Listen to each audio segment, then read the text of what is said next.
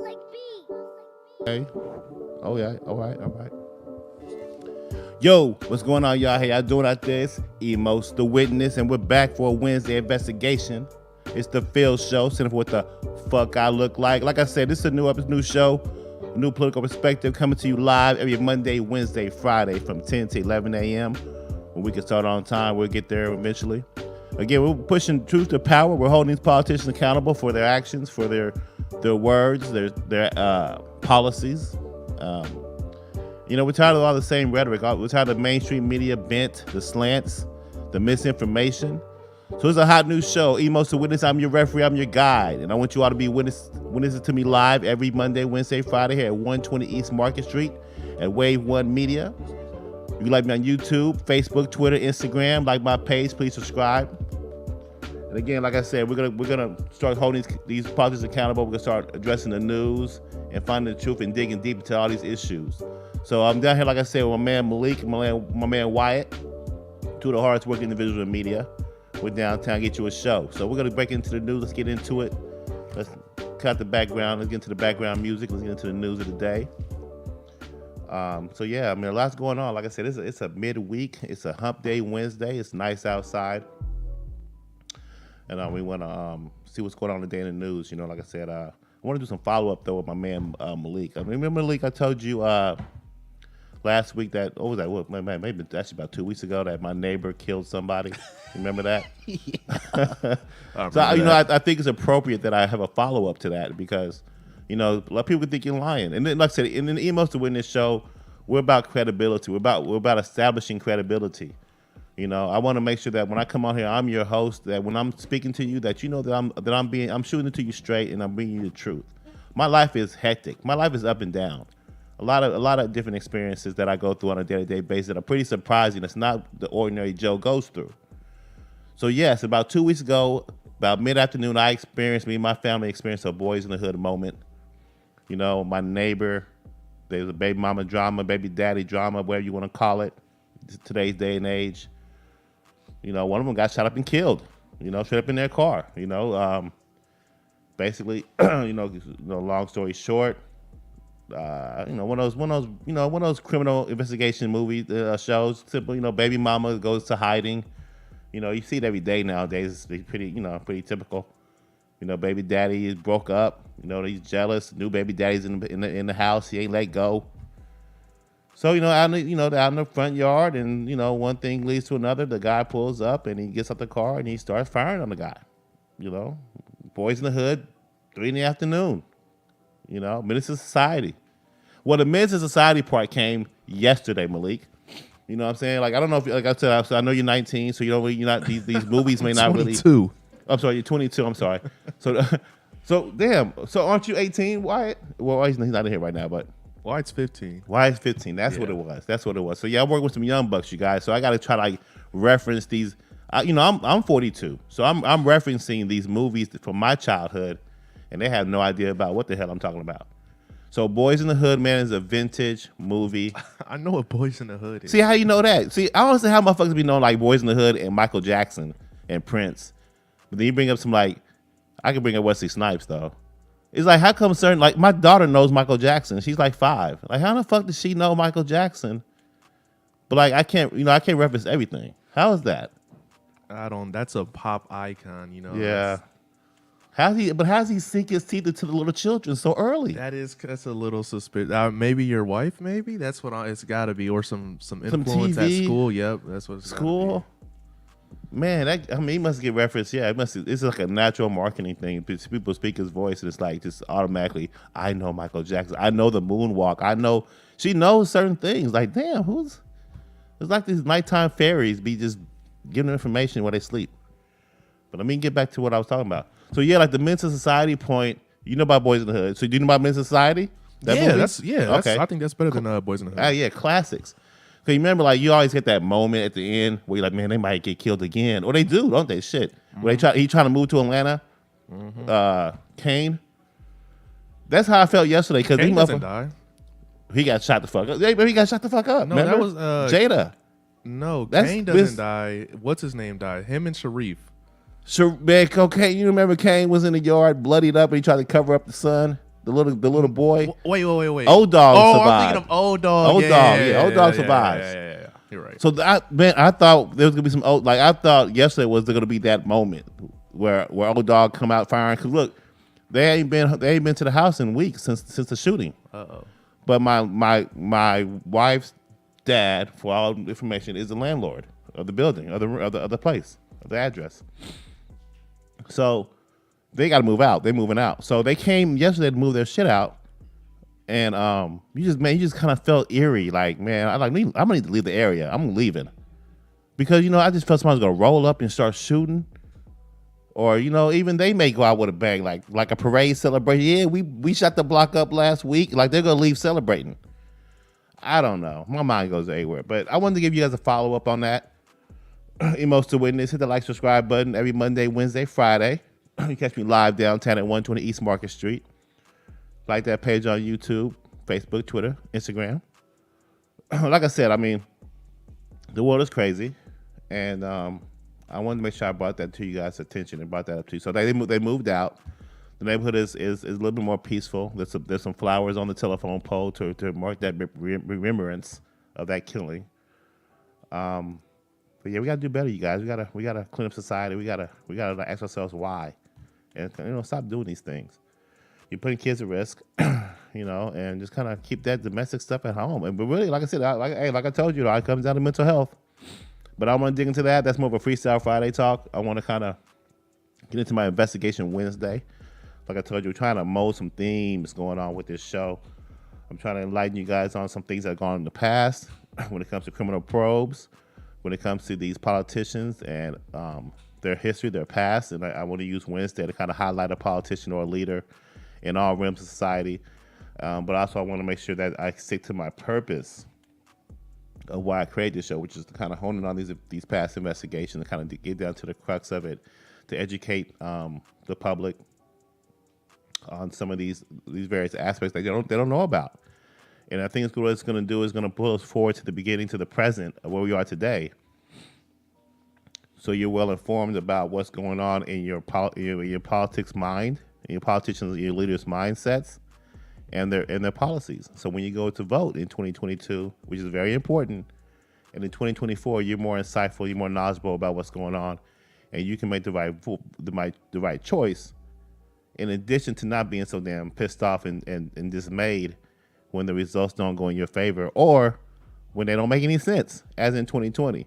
So we need to lead up to why we are at this point, where we are at all this division, and where we can come to a common ground, understand, so we can have better leadership and a better society overall. So I just want to do my part here with this show, here with this podcast, and I want you guys. I also encourage you guys to do it the same way. I want you guys to go ahead and lend your voices. Go out here and speak truth to power, what you believe in. Don't let people sway you. Don't let the mainstream media mislead you again. You should be tired of that. You should be able to ask questions and be confident in your opinion. Don't let anyone knock it down. So I want to get into that, but I want to get to one more thing. Check this out. I got a haircut this past a few days ago. Malik, where do you get your haircut? What do you do with your hair? How do you do it? Do you get a haircut at a barber shop, or do you just kind of do your thing? I usually just pull my hair out. Yeah, you kind of, because you got that wild look going on. No, you don't trim the edges and nothing like that. No, I got the same barber since like high school, so I just Lucky. get a. Damn, I forgot. What the fuck's this shit? You want to give him some free advertisement for our 12 subscribers over the name of the barber shop or anything, or? I'll say his name's Chink the Barber. I forget. The Barber. Yeah, that's his barber name. Okay. It's almost borderline racist, but is he? I can he's not Asian. Right? That's why it's borderline racist. Man, do you remember that time they had? Man, it was messed up. They had I think during the COVID, when the COVID started, there was a New York Post article. I hope I can say this. There was like the article. New York Post is always salacious with their article headlines, but they had an article headline that said "Chink in the armor." We were talking about the damn virus. Now, and they did it, and you thought they would learn that lesson because they did the same thing with Jeremy Lin.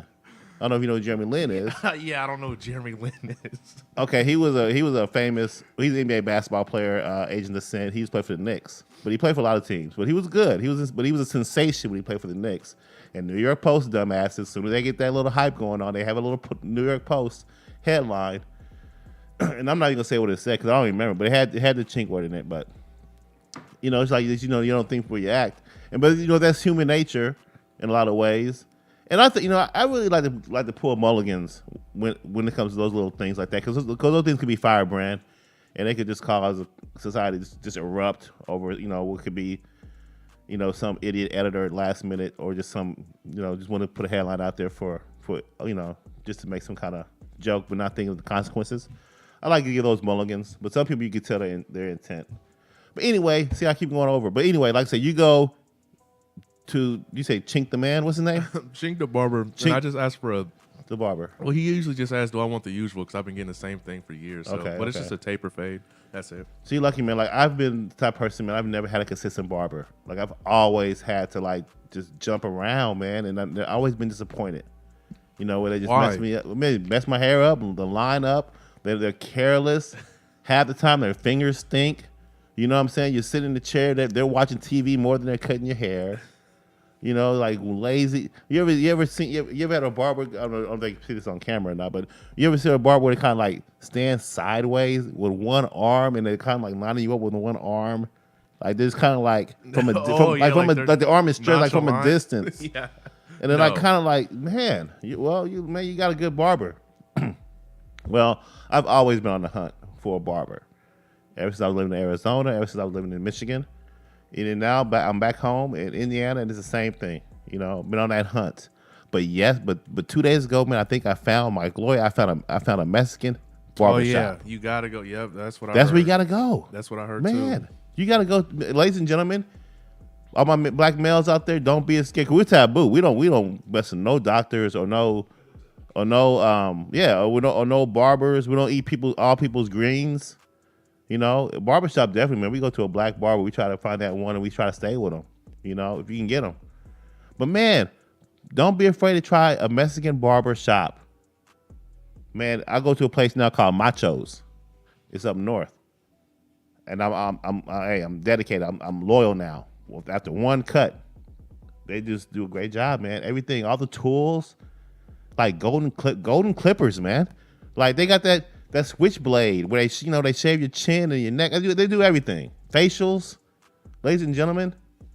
I'm giving them free advertisement. Machos. I was scared. I was nervous. I was in my feelings. All the stereotypes you think. I don't know what stereotype you ever seen a Hispanic haircut. They're beautiful, very sculpted. You ever catch a Hispanic male out on the town at a bar? At a rodeo, I don't know what the fuck they go to. Shit, a fiesta. A siesta. I mean, a piñata punching. A piano, hitting piñatas, whatever. They got the boots on. They got the jeans on. It's all crisp. Look at the hair, man. The hair is beautiful. I never really noticed it. Maybe because they wear hats. I don't know. I'm not trying to be stereotypical.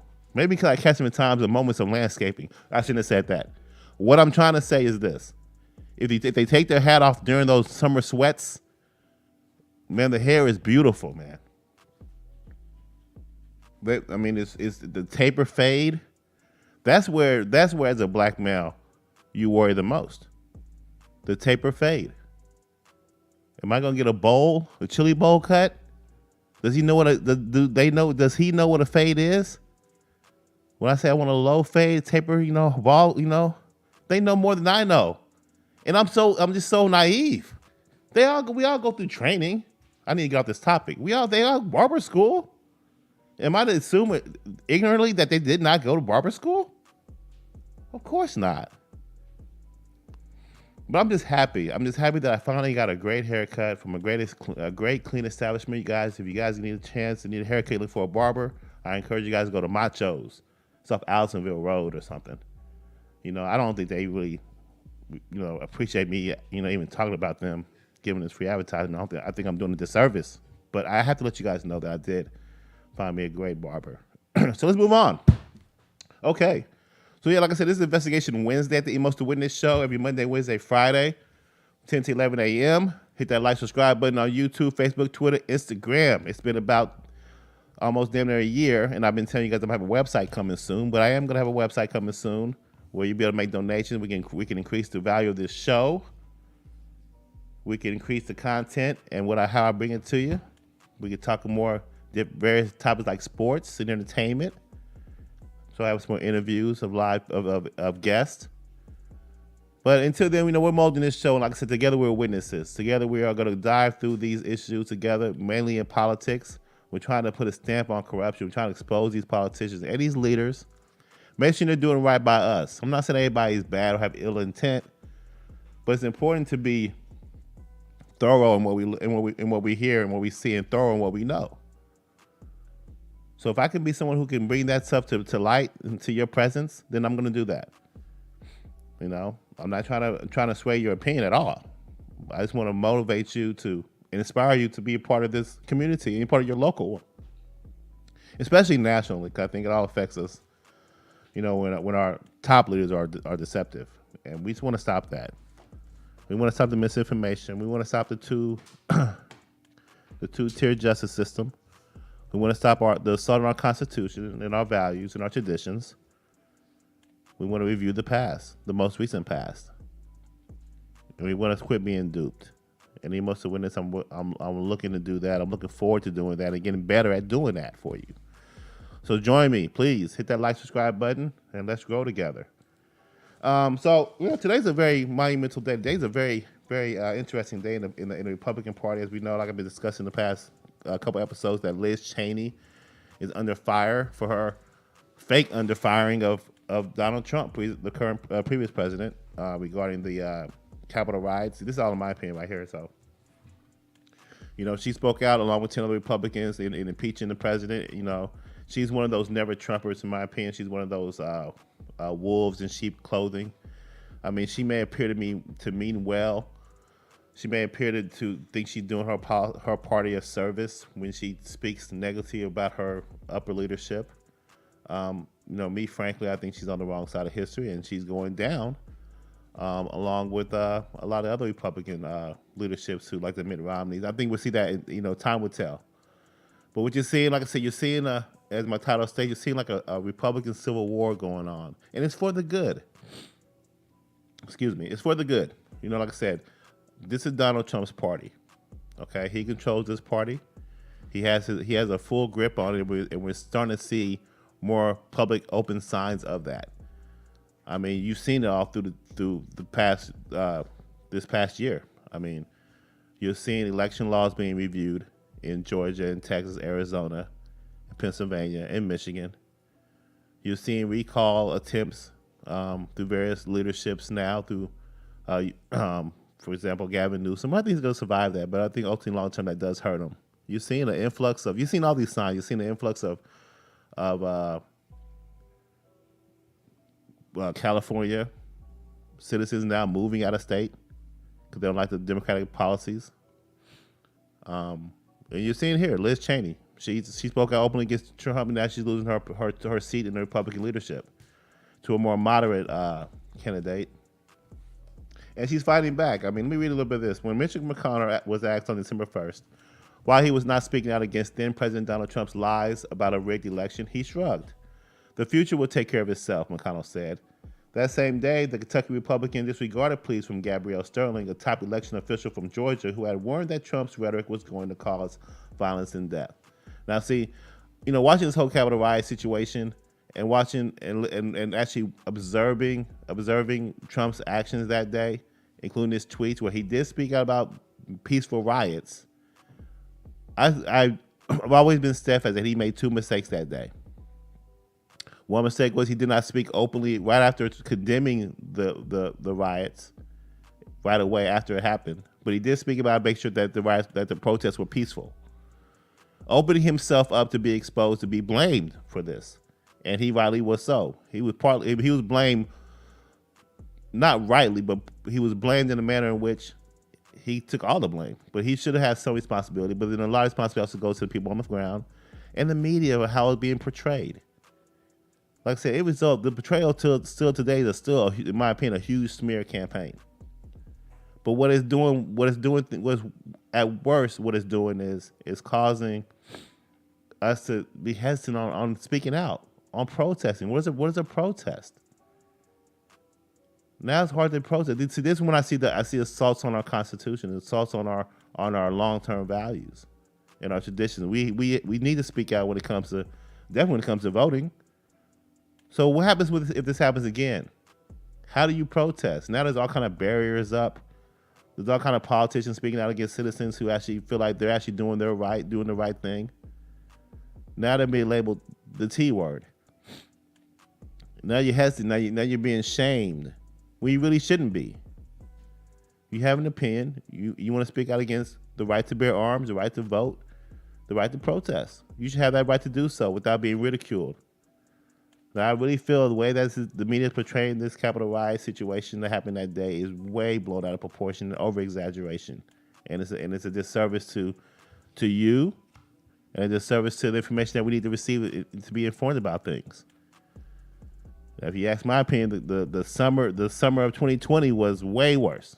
A lot of killings, a lot of assault on police, a lot of democratic cities getting burned and pillaged. Damn shame. And you wonder outside looking in from the countries what they think about that. You know, but I mean, like I said, we gotta deal with the misinformation and the lies as we can, and so I mean, continue with this article.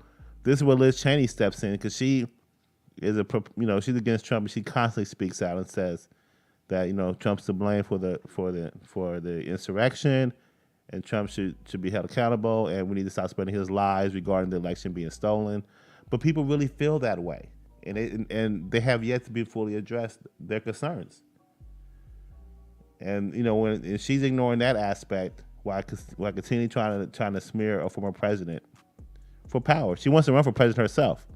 Good luck. As I continue, though, let me continue to read this. Now, McConnell's biggest concern at the time was two upcoming Senate runoff elections in the Peach State, Georgia, as we know. If he repudiated the president over his rhetoric about the stolen election, Republicans might not vote in the January runoffs. If you guys recall that, people were kind of like on the sidelines about wanting to vote in this runoff election in Georgia because of the Republican turncoats, the lack of support at the party as a whole from the top down. Okay, Republicans might not vote in January runoffs, costing the party control of the Senate and McConnell the title of Senate Majority Leader. Of course, he's playing chess. He does not want to lose his seat. And he lost anyway. Republicans lost both seats, and McConnell lost his title. Trump's lies about the election, meanwhile, continued mostly unchallenged, leading to the January 6th insurrection on the Capitol, which fulfills Sterling's dark prophecy. See, a lot of people disagree with that. But it's being portrayed this way in the press. So, you keep exposing it this way, people are going to sway in that manner. But if you look at the trends today, you see something totally different. Like I said, you see a review of the election, you see a cleanup of the Republican Party, you see? And this is a good thing. I say it's a good thing to have this kind of a battle inside the party. It's kind of a cleanup because you're exposing a lot. And then you turn on the other side of the aisle, you can recognize and see a party that has no policy, that is really just kind of stooped and bent on using emotional, hot-button topics to get you to vote in a certain way. And when they get in the grips of power, you see a deceptive maneuvers in regards to policy. And also you see a lot of bad policy. And I've exposed that. So I will take a party that's trying to clean themselves up versus a party that's full of bad policy and deceit.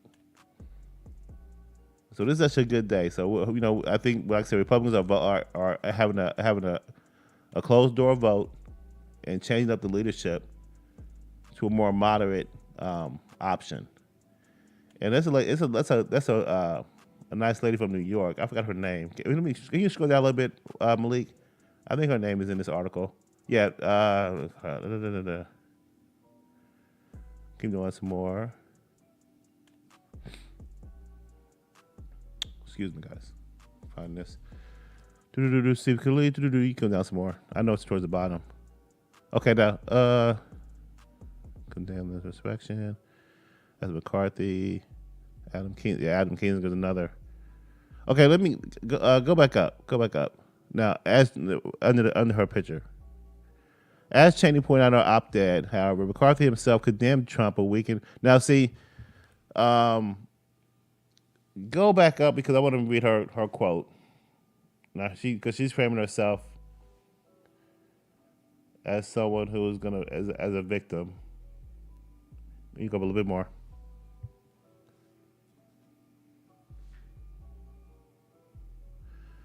Yeah. Okay. Rep Liz Cheney from let's say from Wyoming. Meanwhile, has taken on the role played by Sterling in the winter, warning the GOP that if it sides with Trump and his blatant mistruths, it will condone anarchic violence he unleashed and set the table for it to happen again, with likely even graver consequences for democracy. As the Justice Department, this is a quote, as the Justice Department and multiple federal agencies have suggested, there's a good reason to believe that Trump's language can provoke violence again. Cheney wrote in the Washington Post op-ed, Trump is seeking to unravel critical elements of our constitutional structure that makes democracy work. Confidence in the result of our elections and the rule of law. No other American president has ever done this. Can you scroll down a little bit more? The Republican Party is at a turning point. The Republicans must decide whether they are going to choose truth and fidelity to the Constitution. Now you got the leader, House Minority Whip Leader Steve Scalise and Kevin McCarthy, who is Republican House Leader as well, have sided with Trump. They have cast Cheney's insistence that the party tell the truth as divisive and plan to hold a vote Wednesday in which they expect the majority of 212 House Republicans to vote in secret ballot to remove Cheney from her role as the House Republican Conference Chair, which is the number 3 leadership position.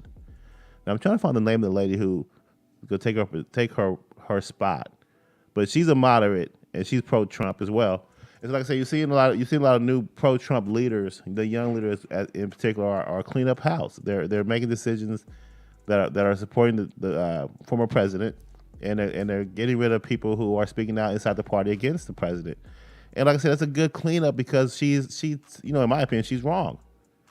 She's on the wrong side of history and the wrong side of this issue. He is not attacking the Constitution values. He's strengthening them. He's making them more robust. He's protecting them, and he's done that since he ran for office. Since he's been American first, American people first. Protection of our right to bear arms and all our values. He's the one being censored by big tech. We've seen the slants in the media, the hit pieces, the Russian investigation. And that's what I'm here to talk about today. This is what I'm here to talk about today on the Emos to Witness show on Investigation Wednesday. Like I said, hit that like, subscribe button. Catch me every Monday, Wednesday, Friday from 10 to 11 a.m. And like I said, this is what, how do we get to this point with Liz Cheney and these 10 turncoat Republicans, these never Trumpers, constantly sabotaging, and others inside the administration and inside the halls of Congress and inside Virginia and Washington. How do we get to this point where we have this constant sabotage and this constant, these hit pieces and these mainstream media lies? How do we get to this point? And, how do we get to the point where Liz Cheney, what's her past, As you know, her dad is Dick Cheney, former vice president of the United States under the Bush administration, a warmonger, someone who's, an establishment Republican. And that's what this is about. There's old traditional Republican values and leaders that want to keep things going the way they are. Pro-war, conservative values, trickle-down economy type stuff, old stuff. Just invading country, being the world police, and time has changed. When Trump became president and took over the Republican Party, it became more of a nationalistic type bent, more American first, less war, peaceful war, reciprocal trade, things that American people really want. How's that extreme? It's not. It's moderate. It's right. That's where we need to be. That's where a lot of leadership is going in the Republican Party. And that's good to see. It's really good to see because it's not your dad's Republican Party anymore. And so this next article I want to go to highlights that and also highlights the kind of confusion that can arise. More than 100 Republican former officials seek reforms, threaten new party. Now, remember, when President Trump lost the election, I thought, I said, hey, either Trump's going to take over this party or he's going to create his own new party. Well, as we know, Trump has taken over this party. So now what's happening? We have an article out now saying 100 Republican former officials, keep that in mind, seek reforms, threaten new party. Okay? Now, there's not 100 Republican current leaders in Congress seeking this reform, seeking a new party, because they're all supportive of Trump. Now, if there was a Congress, men or women or leader in the Republican Party that was trying to seek a new party, their asses would be out in 2022.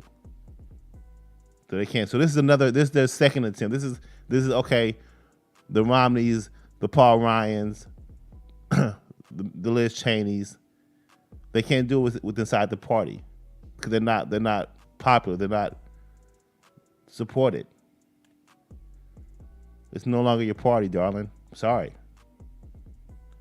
So in this article right here, and this is what typically happens. This is what the Democrats do. This is also this is a political maneuver, a tactic, where you have like 100 former attorney generals.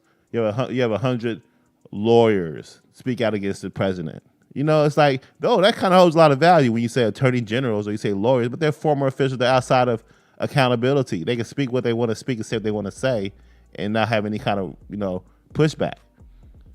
So more than 100 influential Republicans plan to release a call for reforms within the GOP alongside a threat to form a new party if change isn't forthcoming, a person familiar with the effort said. A person familiar with the effort.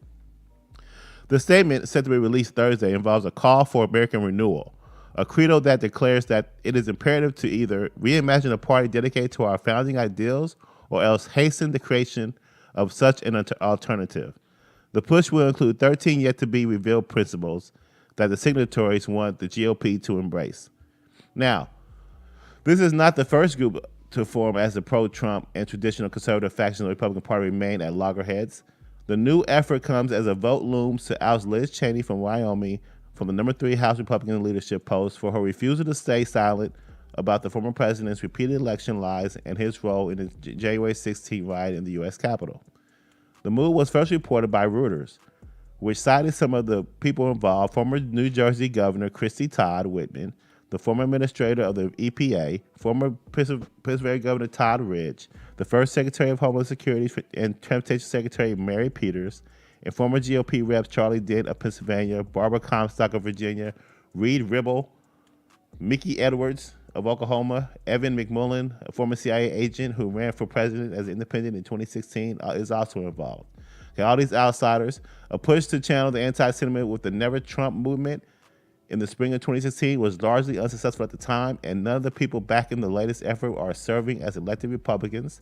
However, it comes as Trump's pull within his party appears to have lessened. A recent NBC poll found that 44% of Republicans said they support Trump more than the GOP, compared to 50% who said they support more than the former president.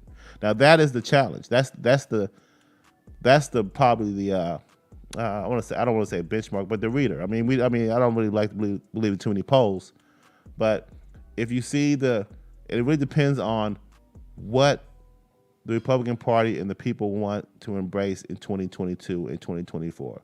Now we already know that President Donald Trump wants to run for election again in 2024. But will the American people and the Republican base support another return of his rhetoric, or I guess like his style, his political aggressiveness? That could be a factor. If they pull up an opposing candidate that is more softer in tone but yet stronger in leadership, that could be detrimental. But I mean, as you continue to grow and change the leadership in the party, you're going to see which way they're going to turn. Right, so I guess these outsiders are taking their bet and hedging their bet, saying that, hey, we can form a new party, or we can make this current party uphold the current standards and try to keep this president at bay when it comes to 2022, keep his influence at bay. But the ouster of Liz Cheney, the fact that they're trying to do this next political maneuver using the outsiders to kind of form this kind of a coalition to kind of form a new party, or kind of make them uphold like a new back office Republican Supreme Court, kind of reviewing everything. It's not going to work. It's not going to work. And it's telling that, with today's vote, secret ballot vote, that we know which way the Republican Party is turning. And so it's going to be very interesting to see how these Paul Ryans and these Mitt Romneys go out and attack. We see Mitt Romney recently attack Josh Hawley, who's been been a Trump supporter, who's been outspoken about the election and how it was possibly rigged. And again, like I said, they can, Liz Cheney and other people in various parties and various modes of leadership can keep on saying that the election was not rigged and that Trump is lying and that it's a threat to our democracy. But people think the latter, think the opposite, that not reviewing these things is an attack on our democracy. To be careless and be just so dismissive as they were up until this point, up since November, is a disservice to the American people. That's why American people are still fighting and still pushing back, still demanding answers. You may not hear it as much, but you're going to see the results in 2022. You're going to see the results in 2024. And at Emos the Witness, that's what I aim to do. I aim to provide you some credibility and make some bold predictions. Okay? I predicted Trump in 2016. I voted for him in 2016. I also in 2020 voted for him. But at the same time, I knew that there was going to be some kind of attempt to steal the election. The shadiness was going on from the jump.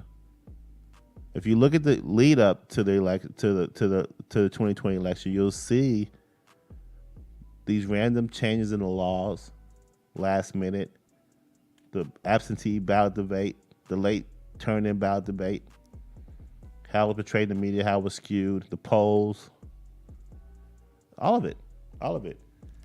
It left a lot of people, conservative and liberals, with a bad taste in their mouth the next day. And definitely when you extend all the voting and all the counting and recounts or whatever all the way through the end of the year, and people are still not satisfied, hey. And like I told you, what's more important is voter integrity, our right to vote, and the security of it. So that's what matters. And all that's being reviewed. And I don't think that the election should be, reversed. I don't think that. I just think that our value need to be. I think what happened in the realms of history need to be recorded accurately, and we need to learn from it, and we need to move on, and realize that one party plays a better game than the other when it comes to elections, when it comes to politics, and Republicans need to step their game up. Because I don't know how you feel, but damn, Democrats are pretty. That's pretty interesting, pretty impressive, that you can win an election and then have a walking cadaver, not even really speak to the people, not really have a political platform of issues to debate on, not even really have a debate. Motherfucker had cars outside honking during his speeches during the COVID, and then you had President Trump trying hard as hell to have big rallies. So hey, like I said, you're just seeing a lot of craziness going on. And we got to look back at the past. We got to look at the present, look into the future, and look at all the political jockeying, look at all the maneuvering going on. People getting ready, for a big election season. And it's it's a big movie, and you're playing a role in it too, okay? So like I said, Republicans are trying to clean up their house, and establishment Republicans, never Trumpers, anti-Trump sentiment, are trying to keep the old establishment Republican leadership going, keeping it strong, keep being that deterrent. I guess it could be a proper deterrent, but when you constantly sabotage for your own, self-interest, we don't need that kind. We don't need that kind of leadership. We don't need that kind of deterrent. You got to push that back and clean up house. So it's good to see young leadership exercising their power. You got Trump, who plans to support young candidates in the upcoming election and hold more rallies. You're seeing the young base of this party actually being utilized and allow them to speak out. But you don't see that on the Democratic side. You see the old guard still in office, still in leadership, and you thought you would see more from a more vocal presence from Ocasio-Cortez or some of these young Republican leaders, these young Democratic leaders, and you don't see that. You see them kind of being finessed and kind of assuaged and kind of put in their place while life goes on. Why the corrupt continue to corrupt. That's my opinion on that one. But yeah, like I said, you're seeing the cleanup of the Republican Party, and this is another example. And in this situation, it's gonna be one of those situations. Go ahead and form a new party. See what happens. See what happens. But it's good to see you guys out of a party that you don't respect, that you kind of sabotage from the inside. Now you've been exposed. This is your next move. So we'll keep our eyes on that, and see where this heads in the future. What time we got? 11 o'clock. Got about 15 more minutes. I want to. Well, I'm not going to get into the investigation, but there's three investigate. Well, a little bit. There's three investigations that we want to cover. Um, like I said, when it comes to what happened in the 2016 election, you had Crossfire Hurricane, you had the Mueller investigation, or also known as the Special Counsel investigation from 2017 and 2019 that cost American people a lot of money, a lot of wasted time, a lot of delay, a lot of angst, a lot of anguish. And like I said, it wasn't a belief from watching those moments, from witnessing those moments in the past when it came to the investigation. And I'm talking about the 2016 presidential election, in particular, the spying on the Trump campaign. That's what I'm talking about in particular. I'm talking about the investigation Crossfire Hurricane that led to it, the special counsel investigation leading to the Trump impeachment, exoneration, and obstruction of justice charges. And then now you have, lead after that, the investigators with the Durham report. The Durham investigation, and of course you had some Huber. You had some other reviews by Attorney General Huber as well, and Sessions. So we want to kind of go through the steps of what happened and what led up to those points, and kind of get the order going and kind of get some detail. So I want this investigation, I want this review to be over multiple Wednesdays. So we're probably going to cover each investigation on each Wednesday, okay? Because there's a lot of detail and there's a lot of follow up with some of the cast and characters that we don't even know about. Some of the end results of some of the aspects of the investigation that we didn't catch in the mainstream media. You may have walked away thinking that some of these people are still criminals, or some of these people actually did conspire with Russians, and that was never the case. A lot of the charges that were given to like a George Papadopoulos or Carter Page or Michael Flynn, if you look at those charges, a lot of them were frivolous. A lot of them were process charges, or charges that were in the past that may have been caught up in the part of the investigation. What's my man's name that's kind of locked up right now? Paul Manafort. That man's like I think he's in a wheelchair right now in prison. But he's locked up for a while. But again, if you look at the details of these cases, he was a fixer. He's a big pollster, big player when it came to elections. He had a lot of power. He had a lot of influence. You got to take those people down, and you got to make them scapegoats. But we're gonna dig into each detail of their charges, and what led to their charges, and what really happened, and the roles that other people play, the names you have not heard about, special agents, other foreign countries that were involved. It all started with Crossfire Hurricane. It all started with the Steele dossier. It all started with these back dark bar meetings with in Australia. Just weird nonsense. And the way it was covered, the way it portrayed the media during that time, really was very slanderous, towards the president. And you almost got to wonder, damn, why aren't you suing in all this? And when it's all said and done, why aren't you protecting your? I mean, he was a fighter throughout the whole time, throughout the whole 4 years. And but you still kind of wonder, man, when are you going to push back on some of this? And hey, litigation is very expensive. Controlling the narrative in the media publicly is expensive. And that's, I gotta commend my man. You should too. You really look at the big picture. One of the biggest administrations that got a lot of shit done in 4 years, while being investigated for 4 years and continue to be. You know what I'm saying, including his family. No one's on your side. Barely, not everyone. A lot of people against you. You got to protect and control the narrative and fight back aggressively, be on the offensive with some of this stuff. And you still had a lot of success as a president. And all intents and purposes, like I said, in my opinion, you won in 2020 in a landslide, and it was taken from you. So we'll see what 2022 and 2024 holds. See if we can get some more of that effective leadership that we had. In my opinion, right now we have a Biden administration, man. That I don't want to dig into right now today, but we have a lot to question and a lot to be, a lot to dream for. And right now he's not doing too good of a job, in my opinion. And a lot of it's deceptive, but I think we're gonna see a lot of bad numbers in the fall, economically. A lot of these, I don't want to get to the corporate tax. I don't want to get to it right now. But like I said, in this investigation Wednesday, we want to break it down into 3 investigations and kind of bring them all together and bring them forward to the president and how it affects us today and where we are, in my opinion, as witnesses, where we should be with this stuff because we've been misled. So the special counsel investigation, Crossfire Hurricane FBI, which is the FBI investigation, was a code name for the counterintelligence investigation undertaken by the FBI from July 31st to May 17th into links between Russian officials and associates of Donald Trump and whether individuals associated with the presidential campaign were coordinating wittingly or unwittingly with the Russian government's efforts to interfere in the 2016 presidential election. Trump was not personally under investigation until May of 2017, when his firing FBI James Comey raised suspicions of obstruction of justice. Now,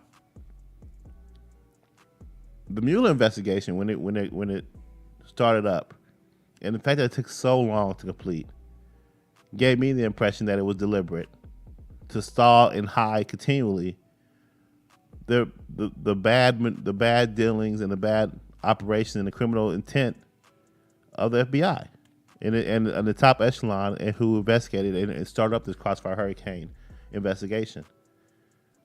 Not only that, it was also an attempt to get President Trump out of office. And it cost $20 million. It was wasted American taxpayers' time. They found nothing related to it. Let me keep reading. The investigation was officially opened on July 31st, 2016, initially due to information on Trump's campaign member George Papadopoulos. His early assertions of Russians having damaging materials on Trump's rival candidate Hillary Clinton. From late July to November 2016, the joint effort between the FBI and the CIA and the National Security Agency, NSA, examined evidence of Russian meddling in the presidential election. The FBI's team enjoyed a large degree of autonomy within the broader interagency probe. The FBI work was taken over in 2017 by a special counsel in 2017-2019, which eventually resulted in the Mueller report. The Mueller concluded that Russian interference occurred in a sweeping and systematic fashion, and that there were substantial links with the Trump campaign, but the evidence available to investigators did not establish that Trump campaign had conspired or coordinated with the Russian government. Now,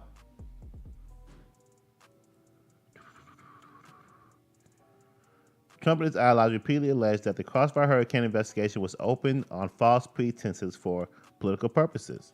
A subsequent review done by the Justice Department Inspector General Michael Horowitz, released in redacted form in December 2019, did not find political bias in the initiation of the FBI investigation. The Inspector General also determined that the FBI made 17 errors or omissions in its FISA warrant application to the Foreign Intelligence Surveillance Court, FISA, for surveillance on Trump aide Carter Page. Inspector General Horowitz found no testimonial or documentary evidence. Now, General Horowitz found no testimonial or documentary evidence that political bias against Trump tainted the initiation of the investigation. You're not going to find testimony, or you're not going to find anything documented. Bias is not something you just write down. Now, we do have witnesses that are quoted saying that, we have, first of all, let me go back and correct myself. General Horowitz found no testimonial or documentary evidence that political bias against Trump tainted the initiation of the investigation. We have text messages from Lisa Page, and what's that gentleman's name? I mean, we have text messages, and we have that's documentary evidence right there of bias. We have FBI agents allegedly belting out at parties, "Fuck Trump." If that's not bias, I don't know what is. I mean, we have all kind of. We have people actually redacting emails to purposely frame certain people in this investigation. We have lying to the FISA courts. There's a lot of documents there, in my opinion. So yeah, Horowitz, his report was kind of a letdown, but we had more, and we'll get to we have more investigation. We have criminal probe currently going on, so it's not over. But on January 23rd, 2020, two of the four FISA warrants were declared invalid by the Department of Justice. James Bosenberg, a Washington, D.C. federal judge, also said that the surveillance collected against Page lacked a legal basis. As a result, this and other issues that raised questions about the origin of Crossfire Hurricane, Attorney General William Barr assigned John Durham of the United States Attorney for the District of Connecticut to lead an investigation into Crossfire Hurricane. On October 19, 2020, Barr appointed Durham to be special counsel, elevating the formal investigation in this probe. Now, you make him a special counsel, that means Biden can't fire him. See, he stays investigating even after the Trump administration is done. And that's a good thing for America. You gotta get to the bottom of these damn things. You can't have spying on a campaign. You can't have it, no matter what side aisle you fall on. It needs to be reviewed. But like I said, I mean, you lying to FISA courts. This surveillance does not lack any legal basis. You're talking about a FBI that should be experienced, knowledgeable. I mean, how are you doing these things? Like, in a naive fashion, like you don't know what you're doing. You're being ignorant on purpose, or you're being intellectual laziness, or you're being a criminal about it, or you have a political bias and you're trying to get someone out of office or impeached. It's a coup. We witnessed a coup attempt. They couldn't do the coup. I mean, it's this day and age, you can't do an assassination anymore. So you tried to do a coup attempt. That didn't work. So you sold the election. And that worked. But will it stand? And that's where we are at today. We had a criminal probe with John Durham leading the way. We'll see if he's gonna, cower, or he's gonna go full force with the law. And you're gonna see with the Huber and the Horowitz investigation, they kind of fell short. Durham is the only last hope. We'll go detail by detail on this stuff. We're not done yet. We're gonna stay on this Crossfire Hurricane for a little bit longer. So some of the origins. After working on the Ben Carson campaign, a former policy advisor in early February 2016, George Papadopoulos, codenamed Crossfire Typhoon by the FBI, he left the Carson campaign. Also in early February, he moved to London to begin work for the London Center of International Law Practice, which he was associated for several months. And on March 6th, Papadopoulos accepted an offer to work for the Trump campaign. As part of his duties with the LCILP, which is the London Center of International Law and Practice, on March 12th, he traveled to the Link Campus University in Rome to meet officials with the university. While on this trip, on March 14th, he met Maltese professor Joseph Milsford and informed the professor about him joining the Trump campaign. On March 21st, the Trump campaign told the Washington Post that Papadopoulos was one of 5 foreign policy advisors under the Trump campaign. Milsford took more interest in Papadopoulos, and he met him in London on March 24th with a Russian woman posing as Putin's niece. So once he found out that Papadopoulos would work for the Trump campaign, this gentleman, Joseph Milsford, again began to kind of, play Papadopoulos, put him in a ruse to make him feel to make the American people make him appear as a Russian spy that happens to be working for the Trump campaign, that's working on behalf of Russia. And Trump knew about it. So this is the beginning of framing that angle.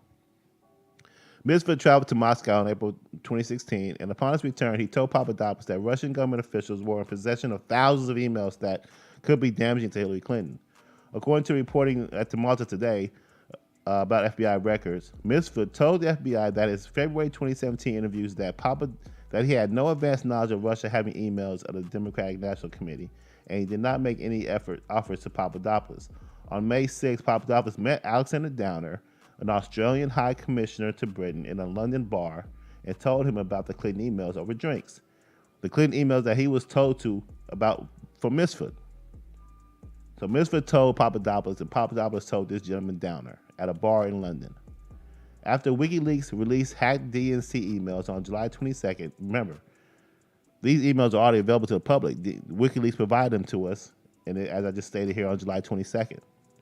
The Australian government on July 26th advised American authorities of the encounter between Downer and Papadopoulos. Receipts of this information spurred the FBI to launch Crossfire Hurricane investigation in July 31st. See that? It's entrapment, And during this bar talk, Papadopoulos repudiated on 2 different occasions that he's not a spy, and that would be treason if he was to even accept any kind of information of that matter regarding from Russia. So he showed himself even in quoted transcripts that he was a true patriot at the time. So anyway, a lot of those things were left out during the mainstream media's report, like for example, like Politico, for example, which actually was one that had media sources releasing out this misinformation during the time. Okay. Not only that, this is the two main culprits that started this whole thing was John Brennan and James Clapper. Remember those two names? Because those are two names you may hear about in the future. Now, I'm trying to restore credibility I'm trying to create credibility on this show. So I'm going to say this as well. In the future, watch the names James Clapper and John Brennan. We may see those guys in cuffs as a result of Durham's investigation. Because these two are the ones that kind of started this whole thing to begin with. Okay, so this is entrapment. They framed in there. They found out that George Papadopoulos was working for the Trump campaign. He's doing foreign policy on behalf of Trump. He's an advisor. This guy Joseph Misfit finds out through his conversations, and starts this ruse with this girl who posed as Putin's niece, just to bring that familiarity, that coordination, that connection. So that when the media reports about it, you say, "Oh wow, we got this George Papadopoulos guy in the mix with Russia, and he's working for the Trump campaign." So they get to form that narrative. You see? And so now Misfit is telling George Papadopoulos that we have these emails that are going to be damaging to Clinton, provided by WikiLeaks. Eventually, George Papadopoulos, he tells Alexander Downer, who's an Australian High Commissioner, and then the government tells American authorities of the encounter. And then boom, we have this investigation, Crossfire Hurricane. But not only that, we have Crossfire Hurricane that was conjured up on a lot of different merits, from a lot of different reasons, from a lot of different ways. The Steele dossier, all the after that, all the media cohorts that were in collusion with producing that information to us, and all the salacious details of the Steele dossier. During the time in 2016, we didn't hear anything about George Papadopoulos in some kind of London bar meeting. We didn't hear about that. We heard about the salacious Steele dossier, which was telling us that Donald Trump was pissing on girls and stuff like that. I think all of it was false. That was purchased by the Hillary Clinton campaign and was disseminated throughout intelligence organizations to cause more further investigation, more further FISA reports, fake FISA warrants. Okay, and then like I said, I'm going to continue to read some more here. Because a lot of these guys are like I said, they're all agents. They're all working for some other government. They're all secretive. So yeah, in late July, like I mentioned, these cast characters. In late July 2016, according to his May 2017 testimony in the House Committee, CIA Director John Brennan, who now is a CNN head or whatever, I don't know, convened a group of officials from the CIA, NSA, and FBI to investigate Russian interference. In a July 2017 interview, Brennan described the group effort as a fusion cell. According to his later testimony, Brennan gave the FBI leads involving contacts and interaction between Russian officials and U.S. persons involved in the Trump campaign that were beyond the CIA's mandate to pursue. He said the information served as a basis for the FBI investigation to determine whether such collusion and cooperation occurred. On March 27, FBI Director James Comey confirmed in a congressional hearing that the FBI had been investigating Russian interference as part of a counterintelligence mission. He further confirmed that the probe included links between Trump campaign members and the Russian government, and whether there were any coordination between the campaign and the Russian efforts. Comey added in a June Senate hearing that President Trump had not been personally under investigation until after Comey was fired.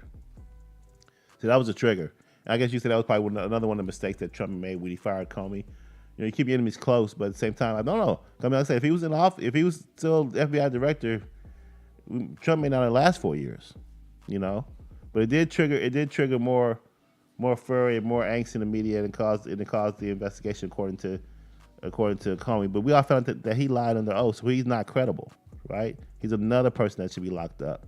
We might see that, but like a lot of him and a lot of his underlings are getting away with a lot, and they still have their secret. They still have their security clearances. A lot of those former Obama officials have their security clearances. You still have their hooks inside the FBI, and we know the history of the FBI.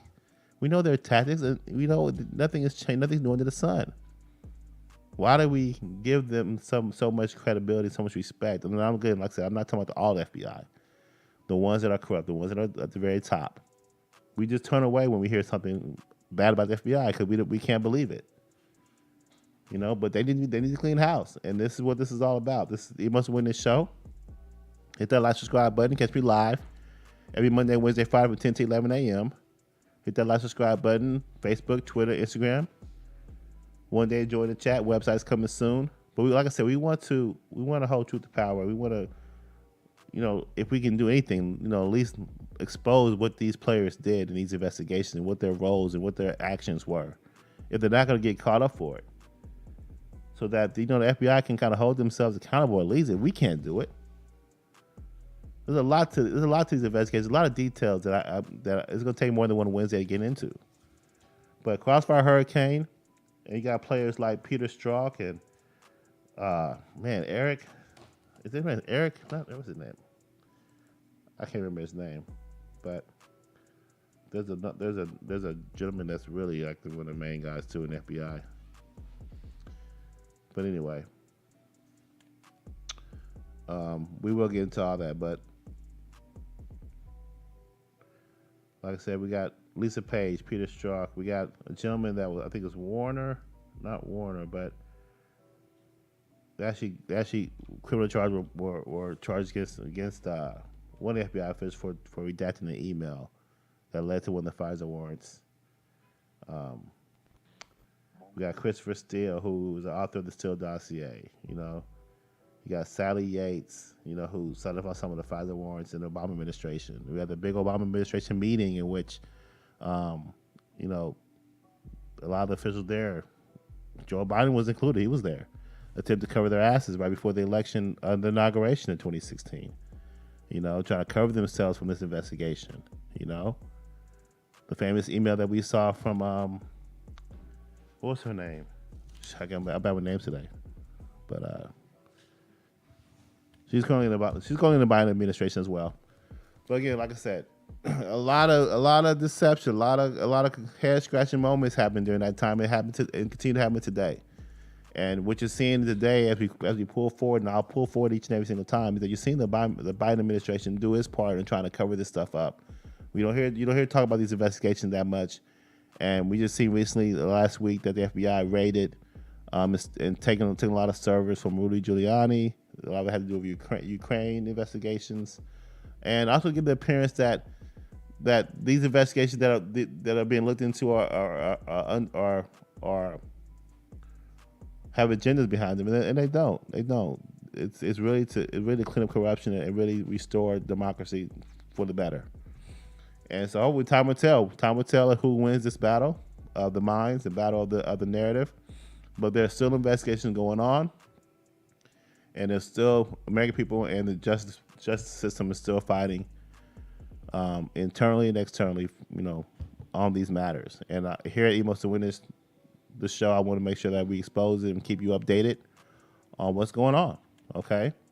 So on a Freestyle Friday, I'm gonna talk about some things that I've been watching and keeping an eye on. And that's this the law enforcement. The extremism of it. Like I told you, not all law enforcement is bad. Not all people in the FBI are bad. Local, state, and nationally. We have these hot button topics. We have these shootings and these killings. We want to make things better. So I've been going across the article that I've been reading in the New York Times that efforts to weed out extremism in law enforcement beat resistance. I'm not going to get into that, but that's the same point that I make when it comes to voting and strengthening our voting laws. Anybody who is against that, anybody who resists those things, I question their intent. Is it for good or for bad? Why wouldn't you want these things? Now, liberals and conservatives, they want all or nothing approach to a lot of these things. Like you can't have immigration all the way you want it. I understand that. Same for gun control. You have to have some kind of parameters, some kind some kind of brackets in place, with some kind of protections in place, and some common sense values in place, implemented in these laws. But you still got to protect the right to bear arms, protect the right to vote. But some common sense and immigration is this common sense approach to protecting our borders too. Okay, and in law enforcement, there's a lot of great people in law enforcement, but there's also bad apples. So you should efforts to weed those things out should not be met with resistance. It should be supported. So I want to dig into that on Freestyle Friday when we return on Friday. And then of course I want to talk about COVID. Getting the misinformation and where we are with that. I went across an article again from New York Times. Excuse me, guys. Called "A Huge Exaggeration," and it's about this 10% marking of COVID-19 transmission for when you're standing outside and needing a mask. There's a 10%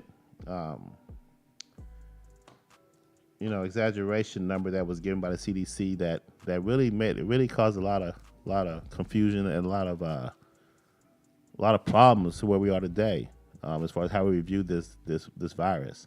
And I want to talk about that because, like I told you, misinformation is key to actually you make a decision on whether or not you want to get this vaccine or not. And how informed you are about how they came with these numbers and what you're really seeing versus what you've heard. Again, what the fuck I look like, Phil? Show. Emo's the witness. That's what we say. We look at these numbers, we see, and we hear different things. So what's correct? So on Freestyle Friday, we hope we could dive into these numbers, dive into this information more in detail, and find out what the hell is going on when it comes to this vaccine, and this pandemic, and the numbers and the percentages that we're getting from our top institutions and leaders. Okay? So that's what it's all about. Like I said, I want to thank you guys for joining the show. We're gonna end it out here on this Freestyle Investigation Wednesday. I'm sorry, heading to Freestyle Friday. I wish you guys enjoy the midweek, enjoy the weather. It's a nice day today, and I'll see you guys on Friday. You must win this, and I'm out.